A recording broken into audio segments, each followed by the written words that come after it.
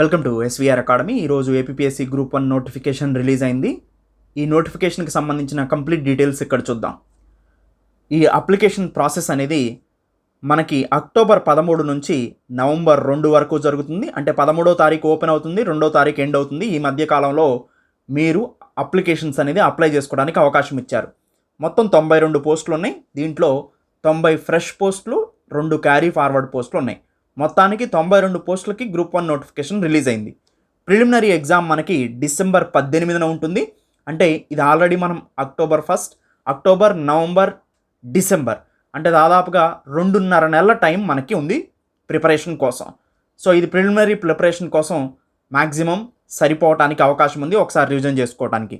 Return examination, mains examination అనేది second half of March 2023 March 2nd వీక్లో ఉండడానికి అవకాశం ఉంటుంది మెయిన్స్ ఎగ్జామినేషన్. ఇది మళ్ళీ ఏపీఎస్సీ మార్చడానికి కూడా అవకాశం ఉంది. సో వాళ్ళకున్న పరిస్థితులను బట్టి ఈ గ్రూప్ 1 నోటిఫికేషన్ మ్యాక్సిమం అన్ని పోస్టులకు కూడా డిగ్రీ ఎలిజిబిలిటీ సరిపోతుంది. ఫిజికల్ రిక్వైర్మెంట్స్ మాత్రం అంటే కొన్ని దేహదారుఢ్య పరీక్షలు కొన్నిటికి అవసరం. ఓన్లీ పోలీస్ డిపార్ట్మెంట్స్కి సంబంధించి డిప్యూటీ డిఎస్పీకి కానీ లేదా జైల్ సూపరింటెండెంట్కి కానీ వీటికి పోలీస్ డిపార్ట్మెంట్కి సంబంధించి మాత్రం ఫిజికల్ రిక్వైర్మెంట్స్ అనేది మోస్ట్ ఇంపార్టెంట్. 3, 4, 5 పోస్టులకి ఫిజికల్ రిక్వైర్మెంట్స్ ఉంటాయి. సో ఆ రిక్వైర్మెంట్స్ని ఐస్ సైట్ కానీ లేదా హైట్ కానీ వీటన్నిటి ఒక ఎలిజిబుల్ క్రైటీరియా ఉంటుంది. ఒకసారి మీరు నోటిఫికేషన్లో డీటెయిల్స్లో చూడవచ్చు. మోస్ట్ ఇంపార్టెంట్ పాయింట్ ఏంటంటే ఎకనామికల్లీ వీకర్ సెక్షన్స్ ఎవరైతే ఉన్నారో ఈడబ్ల్యూఎస్ కేటగిరీ కింద జనరల్లో ఉండి ఆర్థికంగా వాళ్ళ యొక్క ఫ్యామిలీ ఇన్కమ్ 8 లక్షల కన్నా తక్కువగా ఉంటే వాళ్ళకు కూడా రిజర్వేషన్స్ అనేది ప్రొవైడ్ చేయడం జరుగుతుంది. ఈ నోటిఫికేషన్లో ఇవ్వటం జరిగింది దాని గురించి. అయితే ఒకసారి ఎలిజిబిలిటీ అంటే రిజర్వేషన్ క్రైటీరియాని మనకు చూస్తే మ్యాక్సిమం మనకు పోస్టులు 3, 4, 5 అనేది ఇవి దేనికి సంబంధించినవి.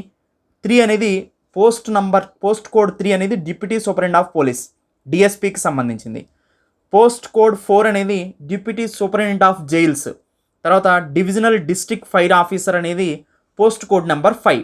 ఈ 3 కూడా డిపార్ట్మెంటల్ పోస్టులు. అందుకనే వీటికి సో ఏజ్ కానీ దాంతోపాటు ముఖ్యంగా ఫిజికల్ క్రైటీరియాస్ కానీ అంటే ఫిజికల్ ఎలిజిబిలిటీ కానీ ఉంటుందన్నమాట. సో వీళ్ళకి హైట్, వెయిట్, దాంతోపాటు ఐసైట్ ఇవన్నీ కూడా మెజర్ చేయటం జరుగుతుంది. అయితే 3, 4, 5 కాకుండా మిగతావి 1, 2 కానీ 6 నుంచి 15కి కానీ సో మనం గమనిస్తే ఏజ్లో కానీ మిగతా ఫిజికల్ రిక్వైర్మెంట్స్ కానీ కొంచెం రిలాక్సేషన్ ఉంటుంది.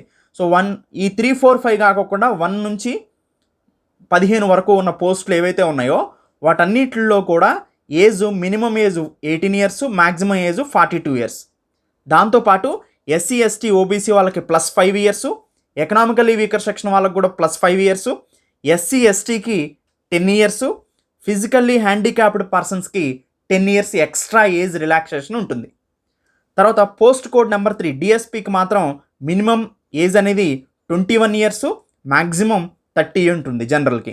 మళ్ళీ ఏజ్ రిలాక్సేషన్ అనేది ఎస్సీ, ఎస్టీ, బీసీ, ఈడబ్ల్యూఎస్కి +5, SC, ST 10 +10, physically handicapped 10. So ఇవి ఉంటుంది. సో అంటే for SC, ST carry forward వేకెన్సీస్కి మాత్రమే సో 10 ఇయర్స్. మిగతా మొత్తం కూడా ఎస్సీ, ఎస్టీ, ఓబీసీ, ఈడబ్ల్యూసీకి +5 ఉంటుంది. సో అన్నిటికి కూడా ఇది వర్తిస్తుంది, గమనించాలి ఇక్కడ. సో పోస్ట్ నెంబర్ 4కి వచ్చేసి అది కూడా minimum age 18, maximum 30. Post code number 5కి వచ్చేసి minimum 21, maximum 28. So divisional district fire ఆఫీసర్స్కి +5 అనేది SC, ST, OBC, +5 SC, ST, OBC and EWS also, +5 అనేది SC, ST, OBC, EWS also. So ఇవన్నీ కూడా సింపుల్ క్రైటీరియా ఇలా వర్తిస్తుంది అనమాట. నెక్స్ట్ అసలు ఫ్రెష్ వేకెన్సీస్ 90 వేకెన్సీస్ ఉన్నాయి, క్యారీ ఫార్వర్డ్ 2 క్యారీ ఫార్వర్డ్ ఉన్నాయి. ఫ్రెష్ వేకెన్సీస్ మనం గమనిస్తే deputy collector in AP civil services అంటే డీసీలు 10 ఉన్నాయి. ఏజ్ మ్యాక్సిమం అంటే ఏజ్ వాళ్ళని క్యాలిక్యులేట్ చేసుకోండి. 1/7/2022 వచ్చేసరికి వాళ్ళ మ్యాక్సిమం ఏజ్ 42, మినిమం ఏజ్ 18 ఉండాలి. సో శాలరీ కూడా ఇక్కడ ఇచ్చారు చూసుకోండి, పే స్కేల్. తర్వాత assistant commissioner of state taxes in AP 12 ఉన్నాయి. Deputy superintendent of police DSP 13 ఉన్నాయి. డిప్యూటీ సూపరింటెండెంట్ ఆఫ్ జైల్స్ 2 ఉన్నాయి. డివిజనల్ డిస్ట్రిక్ట్ ఫైర్ ఆఫీసర్స్ 2 ఉన్నాయి.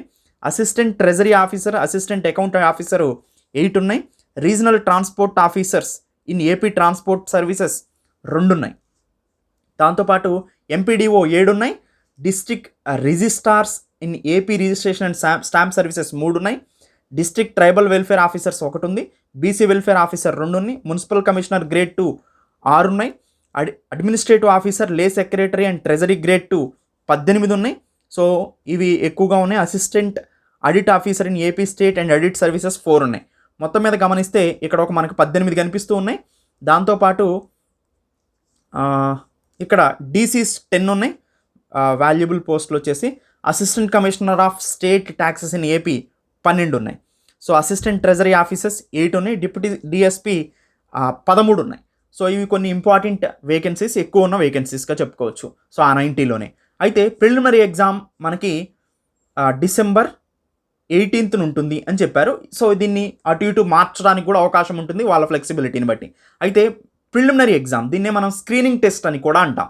ఈ స్క్రీనింగ్ టెస్ట్లో మనకి 2 పేపర్స్ ఉంటాయండి. పేపర్ 1 ఉంటుంది, పేపర్ 2 ఉంటుంది.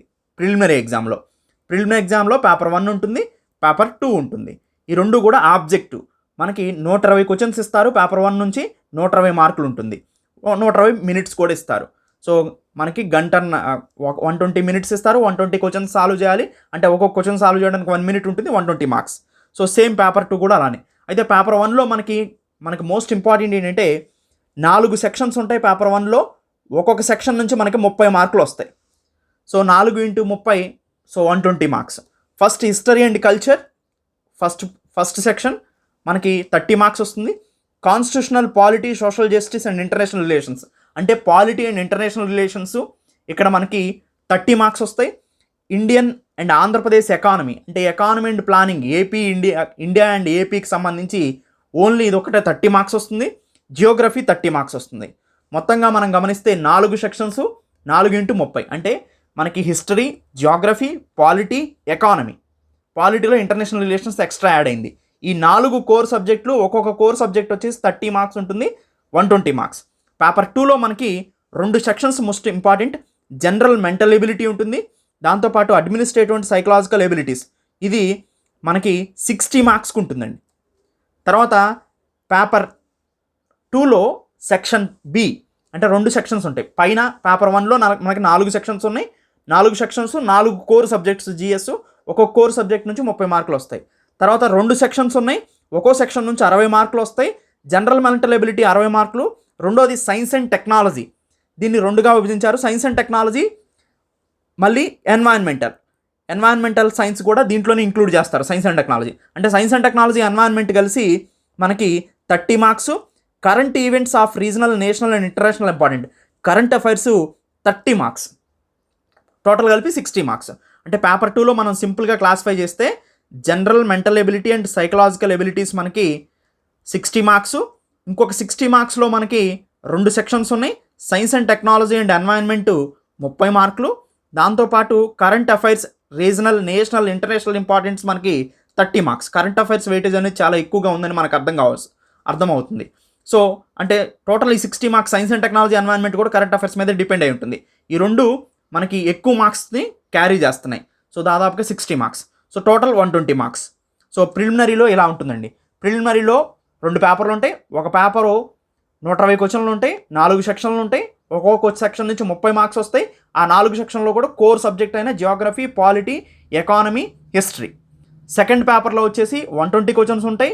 దాంట్లో 60 questions general mental ability, 60 questions ఏమో మనకి సైన్స్ అండ్ టెక్నాలజీ, ఎన్వైరన్మెంట్ నుంచి ఒక 30 క్వశ్చన్స్ ఏమో కరెంట్ అఫైర్స్ నుంచి ఉంటాయి. టోటల్గా సెకండ్ పేపర్ కూడా 120 క్వశ్చన్స్, 120 మినిట్స్, 120 మార్క్స్. సో ఇలా మనకి టోటల్గా 120 + 120 240 మార్క్స్కి ప్రిలిమినరీ ఎగ్జామ్ ఉంటుంది. క్వాలిఫై అయిన తర్వాత మనకి మెయిన్స్ ఎగ్జామినేషన్ ఉంటుంది. మెయిన్స్ ఎగ్జామినేషన్లో just qualifying nature, Telugu, English ఉంటాయి. జస్ట్ క్వాలిఫై అయితే చాలు ఇవి. సో క్వాలిఫైయింగ్ నేచర్ ఓన్లీ, అంటే వీటి మార్క్స్ని మనకి మెయిన్స్లో కన్సిడర్ చేయరు. ప్రిలిమినరీ క్వాలిఫై అయిన తర్వాత మీరు మెయిన్స్కి ప్రమోట్ అవుతారు. మెయిన్స్ అయిన తర్వాత ఫస్ట్ మీకు తెలుగు అండ్ ఇంగ్లీష్ ఎగ్జామ్స్ ఉంటాయి. జస్ట్ మీకు ఈ లాంగ్వేజ్ మీద పట్టుందా చూస్తారు. కానీ ఈ వచ్చిన మార్క్స్ని జస్ట్ క్వాలిఫై అయితే చాలు. ఈ వచ్చిన మార్క్స్ని మీకు ఎక్కడా కూడా సో మెరిట్ లిస్ట్లో కలపరు. సో మనకి మోస్ట్ ఇంపార్టెంట్ పేపర్ వచ్చేసి పేపర్ 1. పేపర్ 1 వచ్చేసి మనకి 150 మార్కులకు ఉంటుంది. పేపర్ 1 మొత్తం 5 పేపర్లు ఉంటాయి, తెలుగు ఇంగ్లీష్ కాకోకుండా. ఈ 5 పేపర్లో పేపర్ 1 వచ్చేసి జనరల్ ఎస్సే. సో రీసెంట్గా కంటెంపరీ ఇష్యూస్ మీద ఎస్ఏ రైటింగ్స్ ఉంటాయి. సో దీనికి 180 మార్క్స్ ఉంటుంది ఈ పేపరు. పేపర్ 2 వచ్చేసి history and cultural and Geography of India and Andhra Pradesh. అంటే ఇండియా అండ్ ఆంధ్రప్రదేశ్ రెండు కూడా ఉంటాయి. దీంట్లో history and culture and Geography ఈ రెండు కలిపి సో 150 మార్క్స్కి ఉంటుంది పేపర్ 2. పేపర్ 3లో మనకి పాలిటీ, ఎథిక్స్, గవర్నెన్స్ ఉంటుంది. పేపర్ 4లో మనకి ఎకానమీ ఒక్కటే సపరేట్గా ఉంటుంది. సో అంటే economy AP and Indian economy రెండు కలిపి 150 మార్కులకు ఉంటుంది. ఎకానమీ ఎడ్జ్ ఇక్కడ. Next science and technology, environmental issues 150 marks ఉంటుంది. అంటే ఇక్కడ మోస్ట్ ఇంపార్టెంట్ ఎక్కువ మార్క్స్ని గెయిన్ చేయొచ్చు తక్కువ టైంలో అంటే ఎకానమీ ఒకటి, దాంతోపాటు science and technology, environmental science. So ఇది రెండు ముందు చదువుకోవాలి. దాని తర్వాత Indian polity and governance and ethics చదువుకోవాలి. దాని తర్వాత Geography and history. Geography, history major core రెండు సబ్జెక్టులు కలిపి మనకి 150 మార్కులే. కానీ ఎకానమీ ఒక్కటే 150 మార్కులు, science and technology, environmental issues ఒక్కటే 150 మార్కులు. సో ఇది మాత్రం గమనించాలి. అందుకనే ఫస్ట్ ఎకానమీ చదువుకోవాలి, తర్వాత science and technology, environmental issues చదువుకోవాలి, పాలిటీ అండ్ కాన్స్టిట్యూషన్ చదువుకోవాలి, దాని తర్వాత ఈ పేపర్కి రావాలి. దాని తర్వాత లాస్ట్లో డైలీ ప్రాక్టీస్, ఎడిటోరియల్ డిస్కషన్ చేస్తే మీకు జనరల్ ఎస్సే కవర్ అవుతుంది అనమాట. టోటల్గా మెయిన్స్ ఎలా ఉంటుంది. దాంతోపాటు పర్సనాలిటీ టెస్ట్ 75 మార్క్స్కి ఉంటుందండి. మొత్తం టోటల్గా మీకు మెరిట్ లిస్ట్ తీసేది 825 మార్క్స్కి. ఇలా prelims and mains examination pattern అనేది ఉంటుంది.